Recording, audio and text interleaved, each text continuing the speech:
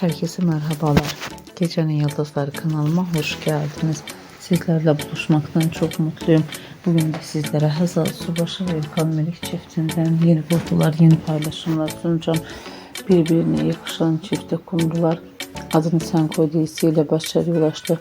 Şimdi de yeni dizilerle oyunculuğa devam eden ikilinin güzel karelerini buyurup kanalımda izleyebilirsiniz. Benden bu kadar. Hoşça kalın, sağlıcakla kalın arkadaşlar.